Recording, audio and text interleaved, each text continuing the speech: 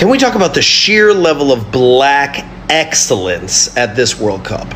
And black people, we are no longer referring to ourselves as minorities. I've been to most continents on this planet, and we are on every corner of the earth. There is nothing minor about black people. So from now on, you need to refer to yourself as the global majority, because that's what you are. And when people say minority, you need to correct them. You mean global majority? Global majority? Say it with me. Global majority. If you ever thought you were a minority, just watch the World Cup. It don't matter what team you watch, you finna watch black excellence. Because apparently, we're the global majority. Hi, I'm Kylie, and white conservatives are terrified of POC outnumbering us. There's a lot of historical facts now that I believe in time, early in time, even the beginning of slaves, even the beginning of black was the one that was running the show throughout the whole world. The ironic part is racist people who are sitting down and supporting the USA team in the World Cup are basically supporting black excellence, because black people are dominating the World Cup in European teams, in American teams, all over the world. There's black players everywhere. You love black people. If you're watching this World Cup, there's one thing that we're all seeing. There's black people everywhere. The France versus Senegal game, it looked like Africa versus Africa. Everybody was black. The guy that scored the first goal for Mexico, blacker than me. The goalkeeper for Japan, we'll call him DeAndre Suzuki, black. Norway, Ecuador, black people on both teams. There are black people everywhere.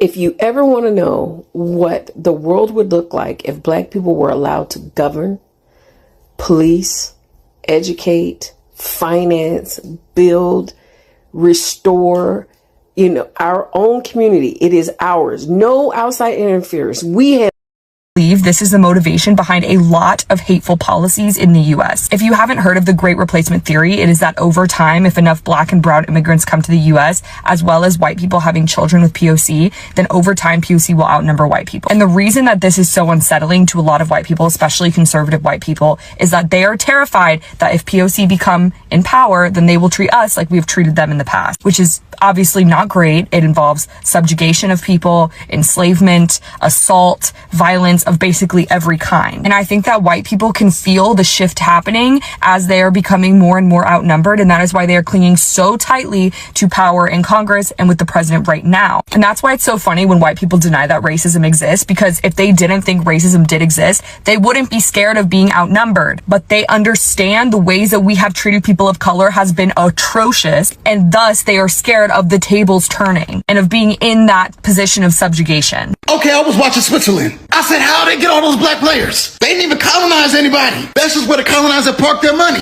But then I watched Qatar get washed by Canada. Most of Canada's team was black. I know I ain't the only one. I said, how many people did Harriet Tubman take up there? But then I looked again, and half of Qatar's team was black. Apparently gold ain't the only thing that the UAE and Qatar are taking from Sudan. Too much? Sorry, there are a lot of Afro-Qataris there because of the East African slave trade from the 17th to the 19th centuries. Back to the World Cup. In typical colonial fashion, the players are black, but the coaches are white. Even the African teams, South Africa, Congo, Ghana. White people get so uncomfortable when we're in charge. I mean, that's why the FBI had an entire room for the city of Compton when it became the first city west of the Mississippi with a black mayor. It's also the reason that the CIA assassinated Patrice Lumumba, the leader of Congo, staged a coup d'etat of Kwame Nkrumah in Ghana, and provided intelligence that led to the jailing of Nelson Mandela in South Africa. Too much? For some reason, the West believes that the people who built their empires need overseers. That's the only reason I feel some type of way about the white coaches. I think this is the perfect moment to say, this is the real map of the world. This is the size of Africa. This is the map that the African Union is finally campaigning for. The one with the real measurements. Because in European maps, Greenland and Africa are the same size. But Africa is 14 times larger in real life. Look, we have never been a minority. There is nothing about us that is small. We are the cradle of civilization. And everything comes from us, including these whoopings on the soccer field. There's a lot of historical facts now that I believe in time, early in time, even the beginning of slaves, even the beginning of black was the one that was running the show throughout the whole world. You look at Asia, Look at all of their statues. You know, yeah, they had small eyes, but there's a lot of people in Africa that have slanted eyes that look like me, but they're just dark and they just have different. But the hair from this, they're all kinky. All the ancient sculptures of the past. I know what you mean. They're all black. So I really think that what's going on right now is the reversal of what went on years and years and thousands of years ago, that really the ones that were being enslaved long time ago were the minority whites, and the one that was ruling the world were predominantly black. We're like used to talking about, we know that like black people are better at sports, or black people are better at basketball and football. It's kind of a joke, but I would say that it's not that simple. We're excellent at everything. Basketball is just the only thing they couldn't stop us from doing by keeping us out of schools, keeping us out of neighborhoods, keeping us out of hospitals. They couldn't legislate it away from us. You can take a ball and hoop anywhere. You can express yourself and sing a song anywhere. That's why we dominate the arts, because they couldn't police the arts and keep us away from it. We get one generation of access, and we're the CEO of Amex, or we're running a country.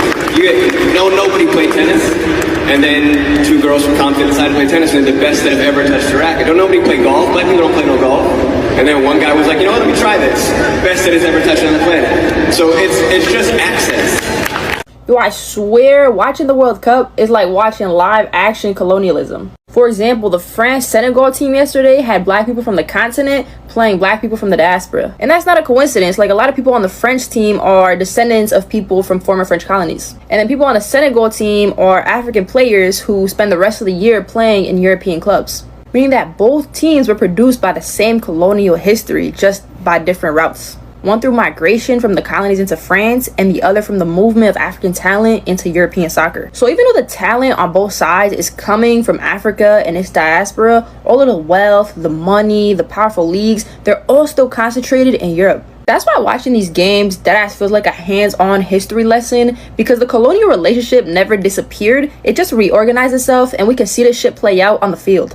Why does soccer look so much more black than people expect? People look at European teams and wonder why a country that's mostly white is represented by so many black players. But the talent pool comes from everywhere. It's like they completely forgot about slavery. Soccer is dominated by white people, 72% of them roughly making up most of soccer players around the world. But the talent pool comes from everywhere. Europe, South America, Africa, and Asia. Countries like France, England, Belgium, and the Netherlands have large communities deep-rooted in Africa and the Caribbean because of colonial history, immigration patterns, opportunity, and slavery. And soccer is one of the easiest sports to access. You don't need a $15,000 goal. You don't need the craziest equipment. You don't even need a field. All you need is a soccer ball and some cleats. Most of the recruiting goes down in those large communities that are deep-rooted in Africa and the Caribbean, as their culture promotes soccer as one of the best ways to get out of any tough situation.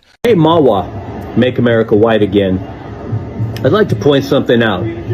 48 teams in the World Cup out of 217 countries in the world, 10 are from Mother Africa.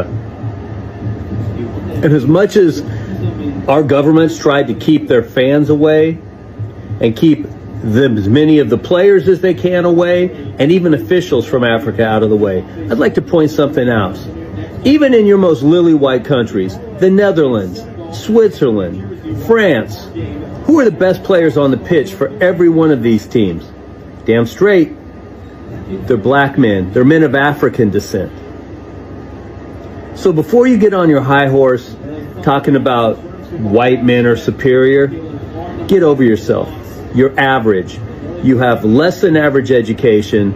You're average looking. You're average height. You're an average athlete. Don't be an average human being. Acknowledge the greatness. Mother Africa, you have represented in World Cup 26. They know that if they get us to come together, baby, it's gonna be some trouble. I feel like that's why we all got that weird, not saying we all got that weird person, and we all kind of got a weird thing with each other, like how we be so against each other, how we be in competition, how some of us be like, oh, I ain't buying black, I be trying to support black business, I just can't, and knowing it's so many that you could try another one. It's something, and I feel like it's because if we actually came together, it's over with, y'all. It's over with. Everything gonna multiply if we could just get on one accord and just come together. And that's why they taught us, and that's why it's been put in us and instilled in us to be against each other, because we can't come together. So if we come together, everything will come clashing down. Everything, baby. What? This person, they teamed up together. What they doing? Trades. We gonna be doing trades. Ain't gonna be no money gonna be circulated right through us. It's just gonna be touching our hands. They can't have that because we talented in everything that we do.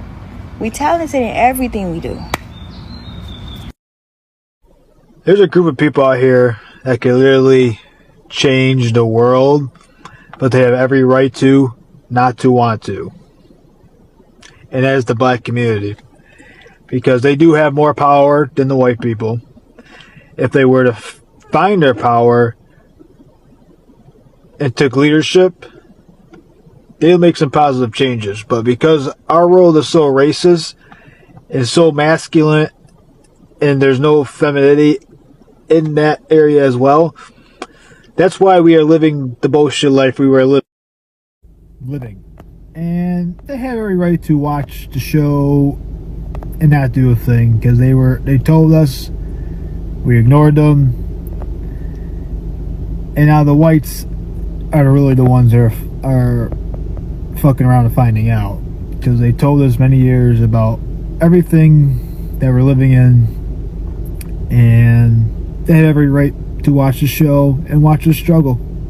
They don't need to do anything, because they tried. Because people are so ignorant, racist, and think they're better. So here we are. One thing watching the World Cup has taught me is that colonialism literally unintentionally created the largest network of black people on this planet. Legally dispersed black people across this entire planet. Do we use it as a power, as a tool to build on? No. You know what's more fun for us black people? Arguing about who has a monopoly on pain and suffering and oppression. Who deserves reparations more?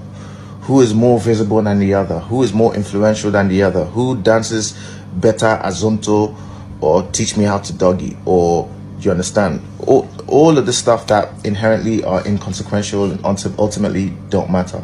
Those are the things we find more value in arguing about.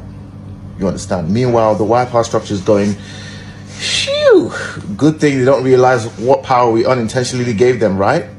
Good thing they don't realize that we actually legally dispersed them and gave them a stake in lands that they otherwise would not have. Good thing they're busy arguing about, I don't know, who's influencing who, right? Someone said the World Cup is basically Europe's, England's Africans playing against France's Africans playing against, and that's not completely incorrect, is it? I mean, the irony of having two people who have the same ancestry, but politically speaking, one plays for the opposition and one plays for the other side. Like, that irony is always laughable as far as I'm concerned. But, you know, I hope we get to a time when us as black people, we stop bickering about our minor differences and stop building on our similarities. Black people are never a monolith, but I always say, but for the purposes of fighting oppression, we absolutely are a monolith. So go back to your country. Europe is for Europeans until it's time to play some motherfucking soccer, huh? I thought y'all didn't like multiculturalism. I thought y'all didn't like too many darker ethnicities really getting up into the pot. You know, y'all wanted strong borders until it's time to get on that field and play some fucking ball. Then it's Africans all up and down them lineups everywhere you go. This reality is just further proof that the Western world as we know it is built on the commodification and strategic deployment of black bodies. And the legacies of the transatlantic slave trade and colonization has left this tension of dehumanizing black people while also demanding their labor, their skill, to keep the different gears of society running, be it from culture to literal economics of working labor. And soccer falls neatly within this paradigm of we can use the black body for our advantage, but we will still do very little to support or care for or affirm the humanity of those same black bodies. Because nationality is politically constructed and socially understood, you will have the same players that everyone's cheering on when they're winning, have the same people try to revoke citizen status or a right to claim a nation because they lost. National heroes when you win, racial slurs when you lose. But I will say on the other hand that soccer, the World Cup, what it's supposed to be, this idea of like this sport that's very low barrier to entry, all you need is a ball, pick up and play. You could do that anywhere you are across the world. Regardless of nationality, ethnicity, race, you can play soccer with everyone. And through sports, we can see and recognize one another's shared humanities as we work towards a common goal. Borders are fake anyway, but I guess what I'm saying is just remember who y'all called when the World Cup came knocking. Can we talk about the sheer level of black excellence at this World Cup? It started 2 weeks ago when Julian Quinones of Mexico scored the first goal of the World Cup. Quinones originally from Colombia. The first goals of the U.S. are from Balogun, who's from Brooklyn, lived a majority of his life in England, and his parents are Nigerian. One of the top scorers in Sweden is Eritrean. Nico Williams is one of the top strikers from Spain, but his brother plays in Ghana. All the goals scored by the Dutch team this World Cup has come from black players. The Dutch team actually has 14 players of African descent on their team. I've been to the Netherlands. I don't think I met 14 black people the entire time I was there. Heck, even the Japanese goalie, he's from New Jersey. And if we're talking about the most talented team in the World Cup, who used to be referred to back in 2018 as the last African team, why were they referred to as that? Because look at their team. All of their best players are black, of African descent. But besides the individual black excellence, let's talk about the teams. The Cape Verde goalkeeper had 27 shots on goal by Spain, and still they tied them. One of the biggest upsets of the entire tournament. Now this goalie's amassed 15 million followers on social media. Now Cape Verde, one of the smallest countries in the World Cup, just qualified for the round of 32. DR Congo had already won the World Cup for the most stylish team, and then they went on the pitch and tied Portugal. They may still qualify for the round of 32. Ghana tied England, and frankly probably won that game if it wasn't for that shady call. Haiti scored their first goal in 52 years. Even the small Caribbean nation of Curacao got its first goal and first point ever in the World Cup. 10 African nations made the World Cup, and potentially 7 of them may qualify for the round of 32. Why is the U.S. roster so good this year? Half of the team is black. The media is going to focus a ton on the popular players like Messi and Ronaldo and Pulisic. But if you want to know why this World Cup is so awesome, it is because of the black excellence that is showing up at every game. A lot of people are shocked that a black man was the first one to score for the Mexican team during the FIFA World Cup opening game. But did you know that Mexico has a huge Afro-Mexican population? Even though it sounds like a little bit because it's only 2% of the population. 2 million people identify as Afro-Mexican in Mexico. And that doesn't include the people that have African ancestry like myself, who are mixed with African, European, and Native American. That 2% of the population are those who have slight to none mix with the European or Native American. And one of the biggest misunderstandings is that a lot of people tend to think that there's a population of Afro-Mexicans in Mexico because of the enslaved Africans that fled to the south from the United States. And if you've been following me for a while, I'd like to speak up on the transatlantic slave trade that happened between 1500 to 1800. A lot of people think that the transatlantic slave trade was only in the United States, which is what we were taught in school. But the transatlantic slave trade actually happened in Mexico. And Mexico, when it was Nueva España, had the 3rd highest population of enslaved Africans in the world. Brazil and the Caribbean being the top 2. Now,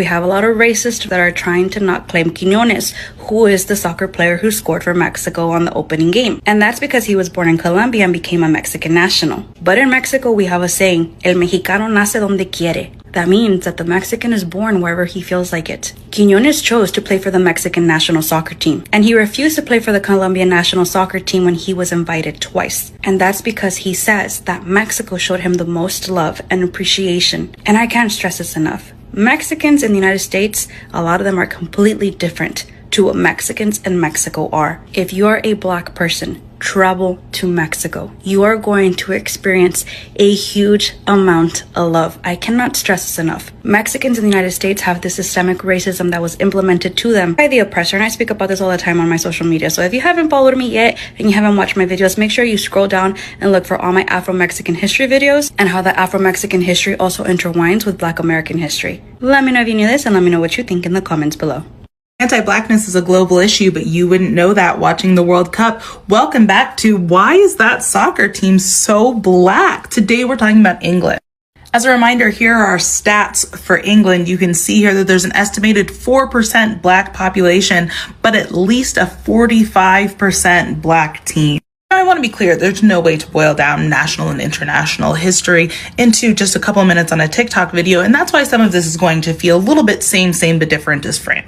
And that's not because the history is the same, but some of these patterns are the same. I wonder why. Speaking of things that feel similar, perhaps for the lady, a colonial map. Pause if you'd like. And for the purposes of this discussion, a second colonial map zoomed in on the Caribbean. This is, you'll notice, at a specific time because, we were changing colonial hands like crazy for a minute there. You're getting a picture. In addition to black populations from the slave trade, we also have a big influx of black populations from what's called the Windrush generation. Like many nations after World War II, England needed to rebuild its workforce, and what did? They looked to the places that they had colonized. Folks in the US who like to throw temper tantrums about critical race theory should actually learn about the Windrush scandal, because in 2017, a bunch of people got their rights revoked because basically the legal system in this country wasn't set up to acknowledge folks who had immigrated there for the purposes of benefiting England like 60 years prior. None of this, of course, answers the question of why the team is disproportionately black to the English populace. And that is, of course, because there is no one answer. There is an amalgam of all of the answers. It is the pipelines that are not built for people to get access into various career paths. It is the way in which athletics is seen as an out in some communities and not others. It is the way in which only certain sports are very accessible to low-income communities, and it is the way in which Black people are overrepresented in low-income communities in so many places. But I'm so happy that commenters pushed me to do England next, because England is honestly one of the best examples of the ways in which these countries will prop up their Black players as representatives of their country when they're winning and when they're doing well, and absolutely be anti-Black and abusive when they're not doing well. I'm not making this up. I'm not making it about race. It's happening. I don't know if it's just me, but there's hella black people in the World Cup this year. Like, we've always made the joke that the France national team is all black. But I'm looking at all these other teams, and half of these teams are all black as well. Whether it be obviously black teams like the African teams like Congo and Senegal, but I'm also looking at Canada, half of them are black. Looking at Switzerland, all of them are black. Look at the U.S. top scorer right now, Balogun. You think his name is Balogun? That's Balogun. That's a Nigerian man. Germany has hella black players, from Leroy Sané to Musiala to Rudiger. The first scorer of the World Cup from Mexico was a black Mexican. England, black. Netherlands, black. Look at Sweden's striker, Isak. That is an Ethiopian man. I know a lot of it is due to immigration or colonialism and multiple different reasons, but I just find it pretty interesting because people are so quick to discredit black people in every other way. Girl, did you know that Messi's team has quite the reputation for being racist as hell? Just a couple days ago at the World Cup, Speed, one of the most famous streamers on earth, if you've never seen him before, was literally getting berated by Argentina fans and getting told to go cry at the zoo. Wonder what they mean by that. And allegedly they were calling him a Negro. And it's not abnormal for Argentina fans. I'm zooming in on her because she was really going hard. So y'all can see her face. But it's not abnormal for Argentina fans to be doing racist shit, like making monkey noises at black players and doing racist chants. And like, don't listen to me because I know how y'all get. Go look it up yourselves. And it's not just the fans either. Enzo Fernandez, after winning the Copa America 2 years ago with Argentina, went live on the bus. And why were him and his teammates doing a racist chant about the French team and their black players being of African descent but playing for France? They're making fun of them for being black.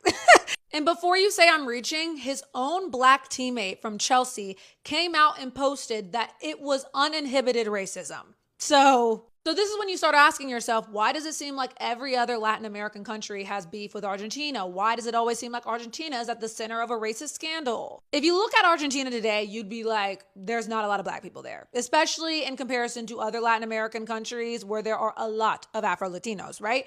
Well, in the 1800s, Buenos Aires was about a third black. So you can't say that there were never any black people. So what happened to us? Us as in black people? But in Argentina. I'm not from Argentina.